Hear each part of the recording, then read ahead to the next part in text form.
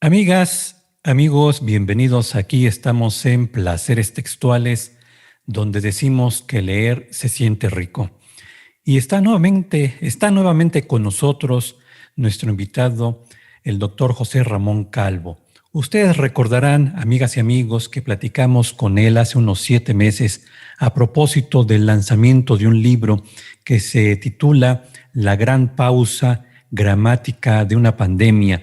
Un libro que está publicado por Malpaso Ediciones, en donde también como coeditores o coordinadores de este libro está Cecilia Quindelán y María de los Ángeles Calvo, junto con nuestro invitado José Ramón Calvo, quien es médico y doctor en medicina. Y es que este libro se va a presentar en los próximos días en la Feria Internacional del Libro del Palacio de Minería. Una presentación de manera virtual. ¿Por qué de manera virtual? Porque seguimos en esta situación de la pandemia, porque seguimos con el confinamiento y con una serie de circunstancias derivadas del COVID-19. También la invitación será de que ustedes vayan y escuchen, vayan y oigan la entrevista que tuvimos hace 7 meses con nuestro invitado José Ramón Calvo acerca de este libro, La Gran Pausa, para que tengan un panorama general del libro.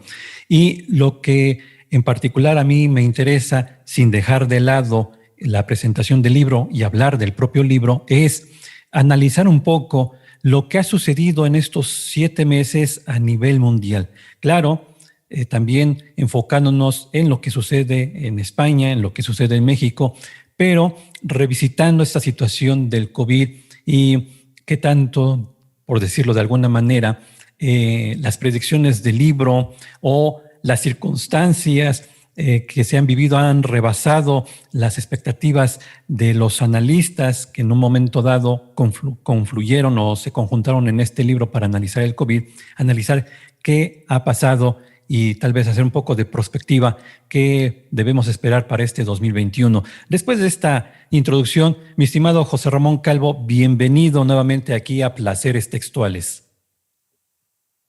Mi estimado Alfaxad, es un enorme placer, y no solo textual, sino también emocional, el poder volver nuevamente a compartir con todos los amigos que escuchan este programa pues estas reflexiones y esta puesta al día de alguna manera de lo que efectivamente hace 7 meses hablamos, ¿no? Es decir, obviamente en estos meses han pasado muchas cosas, han pasado muchas circunstancias, ha habido muchos muertos, ha habido mucha gente que ha caído, ha habido mucha gente que se ha recuperado. Hace 7 meses soñábamos con la posibilidad de que hubiera un remedio y parece que la luz del túnel se está acercando con la aparición de vacunas. Y no solo de vacunas, también de algunos tratamientos que aparentemente están empezando a ser eficaces y que han disminuido de manera significativa la mortalidad con respecto a la primera ola de la pandemia. Pero evidentemente estamos ante una situación compleja, sigue siendo compleja, sigue siendo extraordinaria y bueno, yo creo que es un buen momento para reanalizar lo que efectivamente se escribió en el libro, que sigue siendo de actualidad. De hecho, recuerdo que comentamos una cosa y yo decía que ese libro se había escrito para que sirviera dentro de 5 años como argumento de lectura, que no se hubiese quedado obsoleto, porque además intentamos evitar por todos los medios cifras que hubiesen quedado anticuadas antes de empezar de salir el libro a la calle. Y lo que allí se contienen, las reflexiones y probablemente alguna que otra predicción, se han cumplido sistemáticamente porque, por otra parte, la gente que hizo los análisis eran gente con conocimiento de causa muy profunda de lo que estaba pasando. y lo que podía pasar, que está pasando y que va a pasar. O sea, es decir, de alguna manera la realidad es que vamos a convivir con este virus durante mucho tiempo. Ha venido para estar un tiempecito con nosotros, no se va a ir el invitado de honor durante bastante tiempo, pero hemos encontrado algunas vías para que al menos deje de generar esa especie de halo de muerte y de destrucción que estaba dejando en el mes de marzo y abril, que era cuando hablamos, o mayo, no me acuerdo el mes que hablamos durante aquella época, ¿no? Así que bueno, en principio yo creo que esa es una buena manera de iniciar nuestra conversación. Cierto. Y has mencionado, mi estimado José Ramón, la cuestión de las vacunas. Quiero comenzar sobre este tema porque, digamos, es lo más reciente dentro de este marco de la pandemia, la aparición de la vacuna, en donde, si nos pudieras dar una explicación de lo que implicó el tener la vacuna, pero también tal vez una cuestión de, no sé cómo se esté viviendo allá en España, pero acá en México, y tristemente lo tengo que decir, debido tal vez al hartazgo por un lado o tal vez al escepticismo que todavía hay en ciertos sectores de la población de no existe el coronavirus, no es una enfermedad real, es un complot, ¿no? De no sé quién para mantenernos confinados, en fin. Se han relajado bastante las medidas de precaución, de distanciamiento, uso de cubrebocas, en fin. Aunado a esa situación, aparecen las vacunas y sin menospreciar la enorme importancia que tiene el contar con tratamientos con vacunas, tal vez nosotros aquí en México echamos las campanas al vuelo como diciendo, bueno, ya están las vacunas, me vacuno, y entonces pues yo en lo personal me vacuno y ya salí del problema y entonces pues que la vida siga normal. Y me parece que estamos en un riesgo de provocar males mayores ante esta situación. Tu opinión, mi estimado José Ramón, primero en el ámbito de las vacunas, ¿qué implicó tener las vacunas? Se hablan de muchas vacunas o de diferentes marcas y también tu reflexión acerca de lo cuidadoso que deberíamos ser todos conscientes de que bueno que tenemos vacunas, pero la lucha todavía o la guerra todavía no la ganamos del todo. Creo que has hecho un resumen magnífico de la situación. Es decir, evidentemente las vacunas son la luz al final de ese túnel, pero no son el final del túnel, no son la solución. La solución será cuando la humanidad entera esté vacunada, o al menos un 85% de la humanidad esté vacunado, es decir, que el virus no tenga lugares a donde saltar, punto uno. Punto dos, mientras sigan apareciendo cepas que no dejan de ser mutaciones propias de cualquier virus, es decir, no es raro que un virus mute, al contrario, se espera que un virus mute. La mutación no es más que el cambio de un disfraz. Si el virus necesita no ser reconocido por los sistemas defensivos de los organismos a los que ataca para evitar ser destruido, por tanto busca maneras de camuflarse. Entonces eso no es ni más ni menos que la mutación. De hecho, si pensamos, hay una contradicción importante entre el virus necesita a un ser vivo para poder vivir, porque el virus de por sí no puede multiplicarse sin la existencia de una célula. Pero claro, lo ideal para un virus es poder infectar a una célula y que esa célula no muera, porque si muere acaba el virus. Entonces, es decir, el virus tiene que ir buscando maneras de cada vez ser más infectivo, pero cada vez ser menos letal, porque si no, evidentemente desaparecería la razón de su existencia, que es básicamente la reproducción y continuar de una forma o de otra. Entonces, las vacunas lo que han generado y lo que han dado pie es a la posibilidad de que el organismo encuentre vías para defenderse del virus y de esas modificaciones externas que el virus tiene. Las que han aparecido hasta ahora, tanto la de Pfizer como la de Moderna, como la de AstraZeneca y la próxima que va a venir, que es la de Janssen o la Sputnik rusa o la china, la de Sinovac, son vacunas francamente buenas desde el punto de vista tecnológico, porque hay una cosa que está clara. Hace un año, cuando esto empezó, ni soñábamos con la posibilidad tecnológica de que 9 meses después tuviéramos vacunas, no una, sino 7, porque en el mercado en este momento las que hay más las que van a venir en las próximas semanas o meses Es decir, la ciencia ha pegado un cambio y un avance de tal magnitud que eso no se había conocido en la historia. De hecho, hay mucha gente que opina que las vacunas no han sido adecuadamente testadas. No es verdad, es decir, cada una de esas vacunas ha sufrido, gracias justamente a la ingente inversión de dinero que se ha puesto y a la enorme cantidad de recursos humanos que se han dedicado, pues se han podido probar en cientos de miles de voluntarios y por tanto los datos de seguridad y de fiabilidad, además certificados por agencias independientes que me ofrecen absoluta credibilidad, la Agencia Europea del Medicamento, la FDA norteamericana, son gente, digamos, que entre otras cosas tienen que cuidarse mucho de dar certificados de viabilidad, porque si no, entre otras cosas, las demandas podrían ser absolutamente brutales.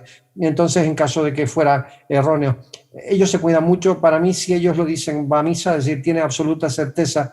Es más, la vacuna Sputnik, la rusa, que tiene además una tecnología curiosa, es bastante parecida a la de AstraZeneca, está basada la primera dosis en un tipo de un virus que se llama adenovirus y la segunda dosis es otro adenovirus distinto y entre los dos complementan, modificados adecuadamente para simular al coronavirus y lo que hacen es hacer que las defensas del organismo pues reaccionen ante la aparición del coronavirus. Esas vacunas, la vacuna Sputnik, por ejemplo, que fue la primera, se habló mucho sobre que era una especie de bulo propagandístico de Rusia, etcétera. Lo cierto es que tecnológicamente las personas que trabajan en esta materia me contaron hace muy poco tiempo que era una vacuna espléndida. De hecho, Lancet, la prestigiosa revista médica inglesa, acaba de publicar la semana pasada un artículo en el que personas independientes y analistas independientes han podido constatar que la vacuna es altamente eficaz, que está muy bien preparada técnicamente, que probablemente sea de las mejores que hay en este momento en el mercado, con lo cual, y además es la más barata, sin duda.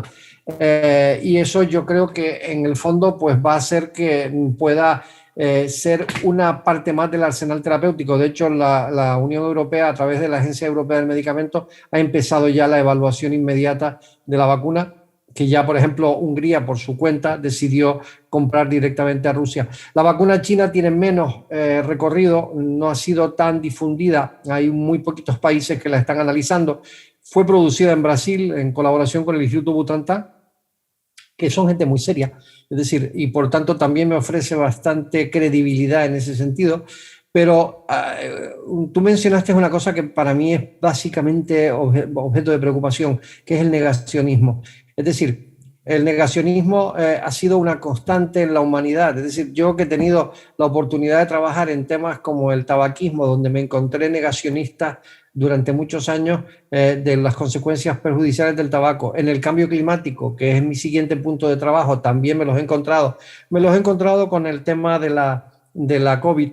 Y anteriormente lo había en otras muchas cosas. De hecho, cuando se dijo que cuando Pasteur descubrió que la causa de las enfermedades no eran las miasmas o la generación espontánea, que es como se creía que se transmitían las enfermedades, pues hubo un grupo de gente negacionista, además muy recalcitrante, que aun a pesar de los experimentos de Pasteur, llegaron a la conclusión falsa y así lo transmitieron a la población de la época, de que eso no era verdad. Los microbios no existían y solo estaban en la fantasía de un científico loco que era Louis Pasteur.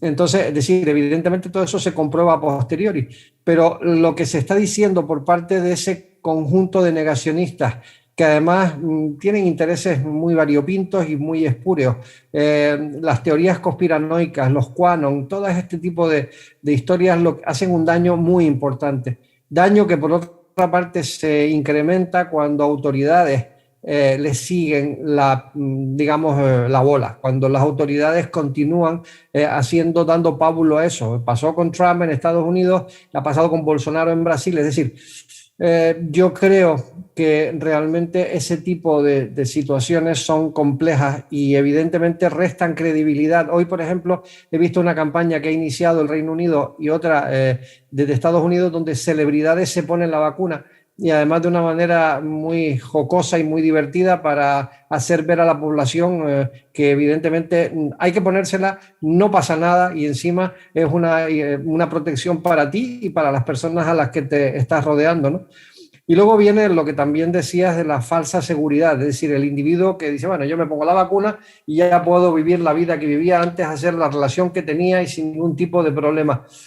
La realidad, lamentablemente, es muy diferente. Es decir, sabemos a día de hoy que después de la segunda dosis de vacuna, probablemente a los 7 o 10 días el nivel de inmunidad es muy alto.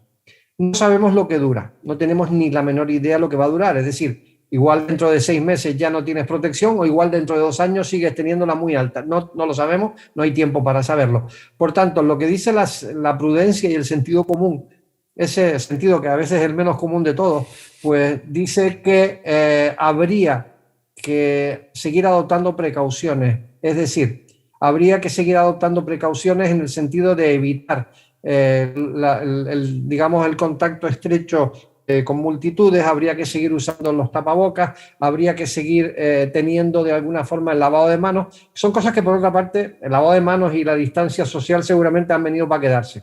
Es decir, yo no creo que las relaciones humanas vuelvan a ser iguales en esta situación en muchos sentidos. Pero realmente lo que sí también tengo claro con respecto a eso es que en el tema concreto de la protección que ofrecen las vacunas, para mí lo más importante es qué va a pasar en el futuro una vez que la población ha sido vacunada.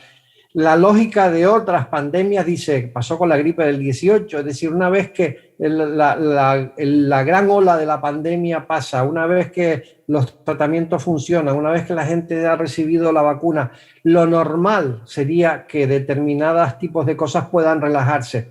Yo creo que, por ejemplo, algo que los japoneses han hecho de tiempos inmemoriales, que era cubrirse, uno veía por los turistas japoneses cubiertos muchas veces por la calle con el cubrebocas, y era ¿por qué? Porque tenían un resfriado y era un signo de respeto hacia otros por ponerse una mascarilla. Bueno, pues lo mismo pasa, probablemente eso es algo que ya pasará en el futuro, no solo en asiáticos, sino también entre nosotros. Pero también es verdad que hay que concienciar todavía más, y los medios de comunicación y los influencers, los youtubers, todos los que tengan alguna posibilidad de influir en otros, tendrían que seguir dando el mensaje de mantengan la distancia, mantengan el uso de medidas higiénicas como el lavado de manos, mantengan el uso del cubrebocas, porque además hay una cosa que está clara y yo la estoy repitiendo continuamente. Hasta ahora no ha habido ninguna variante ni cepa del coronavirus que se haya resistido al simple cubrebocas habitual. Es decir, ¿cuál de ellos? Miren, hoy el CDC, el Centro de Control de Enfermedades de Atlanta, acaba de publicar esta tarde un documento en el que habla de la eficacia de las máscaras, de los cubrebocas, de los tapabocas. Habla, por ejemplo, de cómo el uso de una máscara que cubra perfectamente la cara, tipo la FFP2, sumada a una máscara doble de tela, protege un 96% al individuo tanto de emitir como de recibir contagio, con lo cual eso que era algo empírico que se suponía, yo llevo usando doble máscara de esas hace meses, pero simplemente porque el sentido común me llevaba a pensar que eso establecía una doble barrera de protección, si estaba bien puesta, porque evidentemente llevar dos máscaras o dos tapabocas mal puestos es como si no llevaras nada. De hecho, hay gente que lo lleva por debajo, en plan, debajo del bigote, con lo cual está dispersando maravillosamente de virus todo lo que quiera. Hay gente que deja abiertos los huecos y por tanto por ahí se escapa un estornudo, pues todo lo que vaya a llevar se escapa por ahí, es decir, tiene que ir perfectamente adherido. Y luego, evidentemente, ese informe que acaba de publicar, repito, el CDC, es muy claro y muy contundente. Han hecho un análisis además con unos maniquís muy bien hecho, está muy bien explicado. De hecho, ya la prensa se ha hecho eco esta tarde de esa información. Y yo creo que ese es el mensaje que habría que darle a todo el mundo. Es decir, no hay bicho que se resista al uso del tapabocas. Úselo por sí y por la protección de otros. Por respeto, básicamente. Es lo más que se puede decir al respecto. Sí. Y hablabas hace un momento usaste la palabra futuro. Uh-huh. Y sin tratar de ser profeta al menudeo, pues entendemos de que esta situación de la pandemia va a continuar.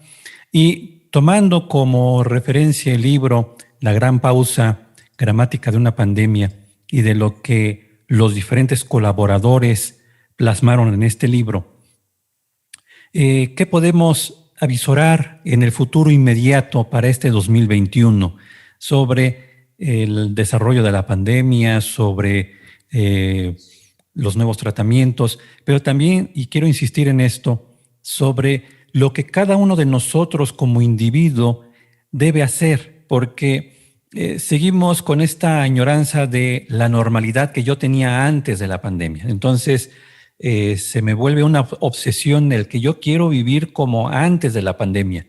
Y al menos en los próximos meses, en este año es segurísimo, las circunstancias no van a cambiar radicalmente. Es decir, que yo como individuo debo adaptarme a estas nuevas circunstancias y en el futuro cercano, inmediato también.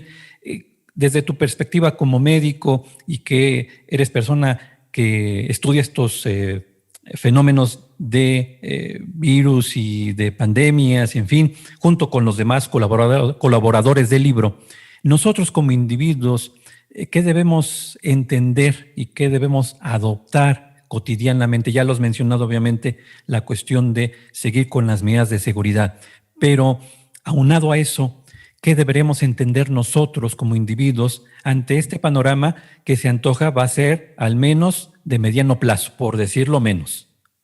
Sin duda, yo creo que lo has expresado muy bien. Lo que creo que la gente tiene que entender es que la situación normal volverá a ser la de antes, probablemente de una forma diferente.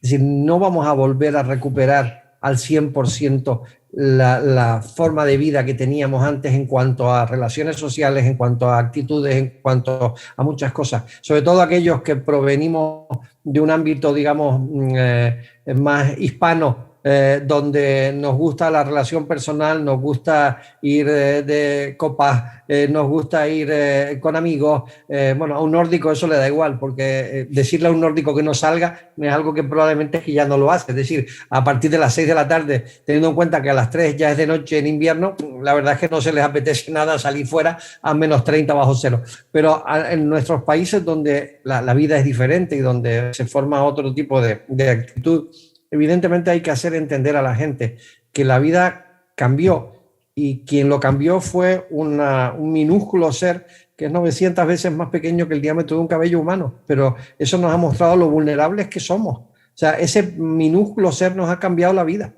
Y nos ha cambiado la vida, le guste o no, la niegue o no, la realidad es esa. Y no hay más que mirar las unidades de vigilancia intensiva de los hospitales, que son para mí el punto culmen. Cada día cuando oigo las noticias que hablan del número de muertes que se producen en España, en Latinoamérica, en muchos sitios, al final yo siempre voy a mirar lo mismo, cuántos porcentajes de camas de cuidados intensivos están ocupadas, porque ese es para mí el verdadero punto de inflexión. Cuando oigo que empiezan a bajar las ocupaciones de las unidades de vigilancia intensiva, digo, vamos mejorando. Pero cuando vuelven a subir, me preocupo. ¿Por qué? Porque es que la gente no se da cuenta que la diferencia entre la vida y la muerte en el coronavirus es muy escasa. Es decir, yo he tenido, en aquel momento ya habían fallecido amigos míos, cuando hablamos ahora han fallecido algunos más. He tenido otros bastantes amigos que se han contagiado de la COVID. La mayor parte lo han superado, pero a algunos les han quedado secuelas muy serias. Y de hecho, bueno, algunos dicen que realmente su vida nunca va a ser igual, a menos que se recuperen, porque las sensaciones que tienen son horribles. Entonces, es decir, y no son gente de 80 y 90 años, son gente de 40 y 50. Entonces, y también tengo algún caso de un chico de 17 años que ha muerto. Dice, ¿por qué? Pues no se sabe por qué murió, pero le afectó 8 días después de diagnosticarse la COVID, se había muerto. Entonces, quiero decir con eso que estamos en una situación de vulnerabilidad y de alta exposición, y eso es algo que no se debe olvidar. Yo entiendo las ganas que todos tienen de salir, de volver a la normalidad, de abrazar a sus seres queridos, todo eso lo entiendo, y yo soy uno de ellos. O sea, yo llevo encerrado en mi casa sin ver a mi familia pues desde hace un año. Es decir, de hecho, ese es el tema fundamental en el que estoy. Es decir, yo no me he movido de aquí.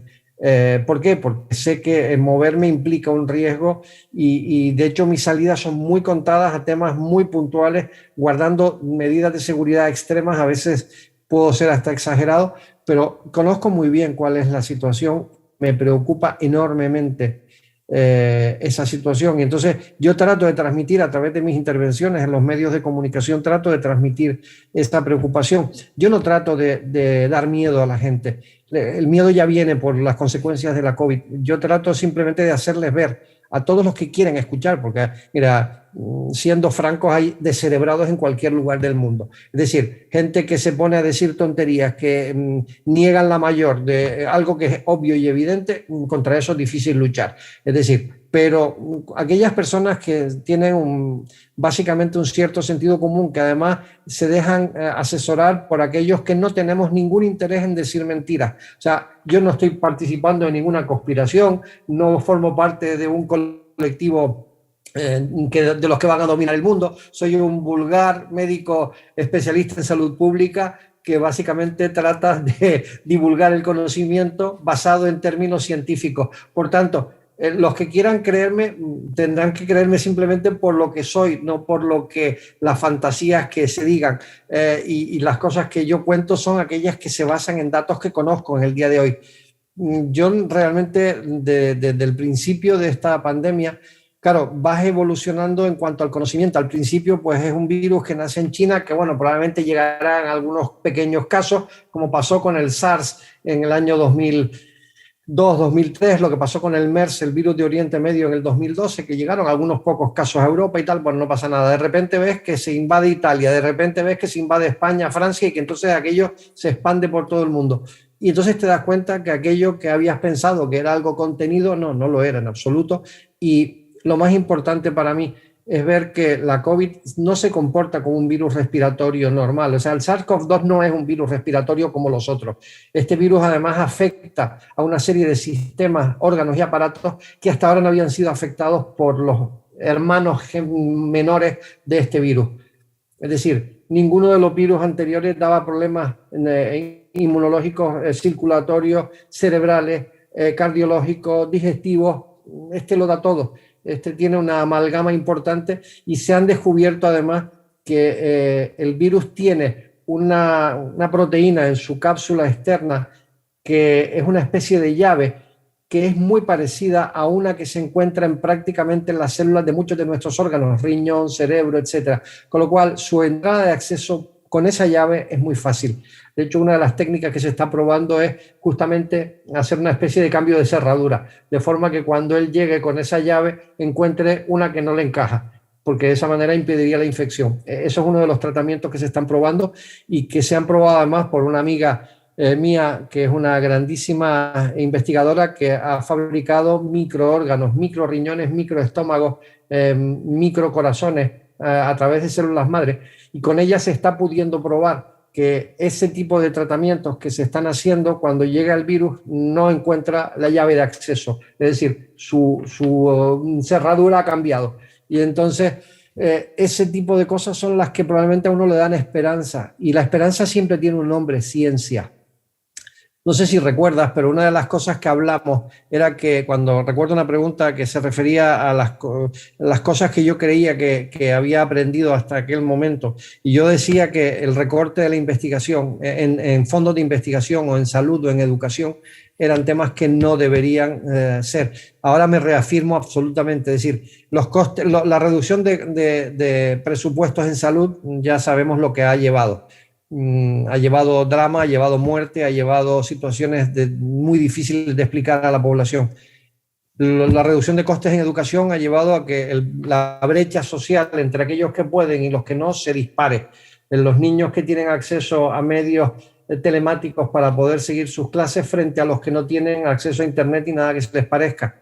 De hecho, eso nos llevó a hacer un manifiesto internacional que la UNESCO lo ha adoptado, pidiendo el acceso universal a Internet como un derecho humano básico y fundamental. Y luego el acceso a la investigación. Nuestros países, de hecho, no han podido competir con Estados Unidos, con Rusia, con China, con Japón, con Gran Bretaña, en la igualdad de condiciones porque no tienen los mismos medios y recursos. Hablo, por ejemplo, de España. En España se destina un 1,24% del Producto Interior Bruto a la investigación. Nuestros vecinos más cercanos destinan entre el 3 y el 4%, con lo cual, evidentemente, no podemos llegar a competir. Por ejemplo, España tiene una vacuna en este momento, 2 vacunas, de hecho, en desarrollo, que son probablemente de las mejores que habrá en el mundo, porque han demostrado una eficacia brutal y tienen una vía de administración que es espectacular, que es la nariz. Se hace por spray nasal. Han demostrado prácticamente un 100% de eficacia en los ensayos clínicos previos. ¿Qué sucede? Que, por ejemplo, Pfizer tenía casi 3.000 personas trabajando y más de 3.000 millones de dólares. Aquí tienen básicamente unos pocos millones de euros y 15 personas trabajando en eso. Entonces necesitan ratones humanizados, necesitan monos, necesitan voluntarios para posteriori. Todo eso ahora parece que van empezando a tenerlo porque han empezado a darse cuenta que aquí hay algo que puede funcionar. Y por tanto ya hay laboratorios multinacionales que han mostrado interés en desarrollar eso. Pero esto es una muy lenta rueda que cuesta mucho poner en marcha. Si nuestros países tuvieran la investigación como prioridad, cosa que no han tenido hasta ahora nunca, tanto en México como en España, como en otros países de nuestro entorno, creo que otro gallo nos habría cantado a todos en este sentido. No iríamos a remolque de terceros, que es lo que está pasando en muchos aspectos, ¿no? Cierto, pues han sido muchos temas los que hemos abordado y hay muchísimos más acerca de todo esto que estamos viviendo desde la parte médica, la parte social, de cómo enfrentarnos a esta situación en los próximos meses. Amigas y amigos de Placeres Textuales, les recuerdo que tenemos la entrevista con nuestro invitado, una entrevista que tuvimos hace unos meses aquí mismo en el canal, aquí mismo en el podcast, para que con mayor detalle nuestro invitado José Ramón Calvo nos da el panorama general de este libro que se va a presentar de manera virtual en la próxima Feria Internacional del Libro del Palacio de Minería. Ustedes pueden consultar la fecha y el horario de esta presentación entrando en la página de la feria www.filminería.unam.mx para que puedan acompañar a José Ramón Calvo en esta presentación virtual. ¿Y por qué es virtual? Pues obviamente porque seguimos en este marco de pandemia.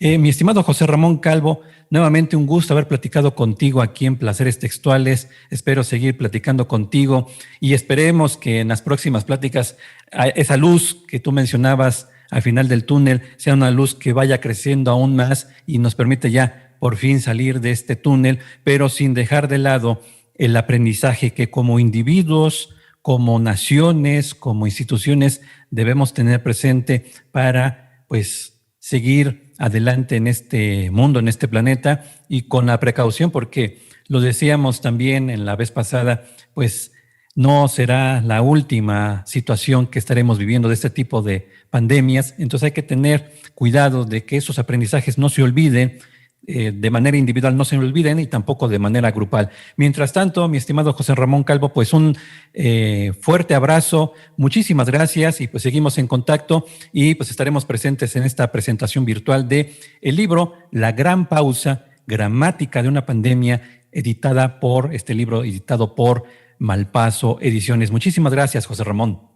Alfaxán, muchísimas gracias por la invitación y será siempre un placer el volver a conversar de este o de cualquier otro tema que estimen oportuno. Un abrazo fuerte.